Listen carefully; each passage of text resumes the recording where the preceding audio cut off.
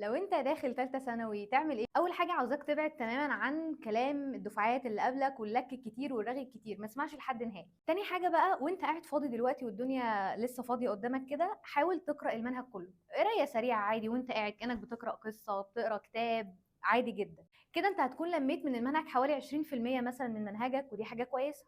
وانت قاعد بتتسلى كده بقى، هات المراجعات اللي موجوده على اليوتيوب بتاعه المدرسين، اي مدرس انت ارتحت له، واسمع المراجعه بتاعته عادي جدا برضو كانك بتتفرج على فيلم. في اضافه بقى كمان، ان انت لو مرتاح مع مدرس والمدرس ده مش مشهور ومش معروف حتى في بلدك الصغيره في محيطك، مش معروف، المدرس ده على قده شويه بس انت بتفهم منه وبيقدر يوصل لك المعلومه، خليك معاه وافضل مكمل معاه. مش لازم المشهور والمعروف الاوفر ده يكون انت بتفهم منه، انت بتفهم من واحد تاني بيقدر يوصل لك المعلومه، فمش لازم الشهره الكبيره قوي دي تكون انت بتفهم منه. والعكس صحيح، انت ممكن تروح عند المشهور ما تفهمش منه اي حاجه. بعد كده بقى حاول ان انت تنظم وقتك، تحاول ان انت تعمل يوم معين في كل اسبوع زي يوم جمعه مثلا تعمل فيه امتحانات شامله، حتى لو على 3 4 اسئله بس، المهم ان انت دايما بتتابع باستمرار المنهج بتاعك.